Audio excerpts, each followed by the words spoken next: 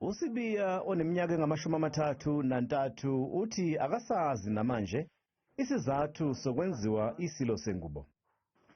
Mina ngokwazi kwami akukho esasixabane ngakho. Ngoba nangalesa sikhathi nje si-organize ukuthi kumele sibonane ngoba konke ngaleso sikhathi kwaku right. Sasingaxabene nje. Lolu daba namanje kusaphikiswana ngalo enkundleni yezokuxhumana, kepha uSibiya uthi akumsizi ngalutho ukukhombana ngenjumbane. Abantu sebeyaxabana bethukana through yonke lento le. Mina engifisa ukuthi size sase South Africa abantu besilisa nani abantu besifazane nehlisa umoya phansi. Indaba yokuxabana ngeke kungisize mina cause into esiyifunayo nento mina engiyifisayo ukuthi mina ngikwazi ukusizakala ngokwesikhumba sami, ngikwazi ukulungisa impilo yami iqhubeke njengawo wonke umuntu. Lesigameko siyiguqulile impilo kaSibiya. Ezinye izinto nje angisayiboni. Kumanje kade ngenza operation kuzanywa yona lamehlo ukuthi ngikwazi ukubona ngendlela eright. Yabo. Kodwa ke isimo somhlaba esingeke sisho ukuthi mhlambe nanoma ubani singamvelela. Ngiyacabanga ukuthi njenge-support yase-South Africa abantu abanginika wona kuzohamba kuphumelele, ngikwazi nami ukuthi ngibe umuntu ephambi kwabanye abantu.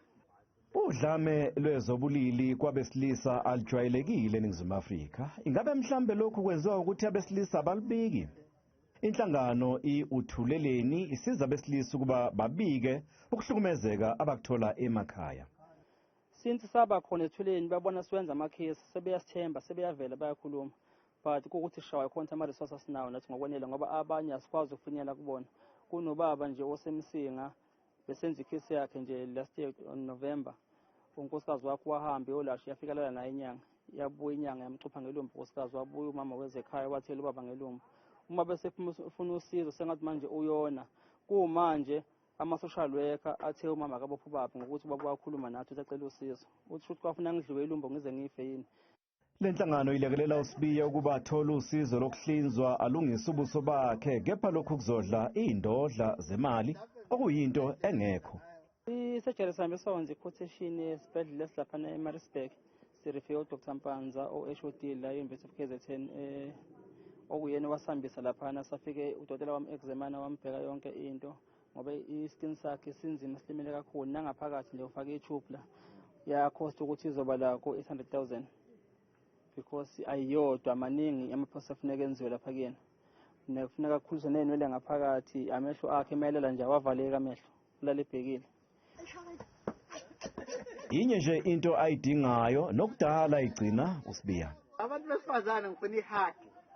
Ngiyayicela futhi hayi ngithi ngiyayifuna, ngiyayicela ihaki.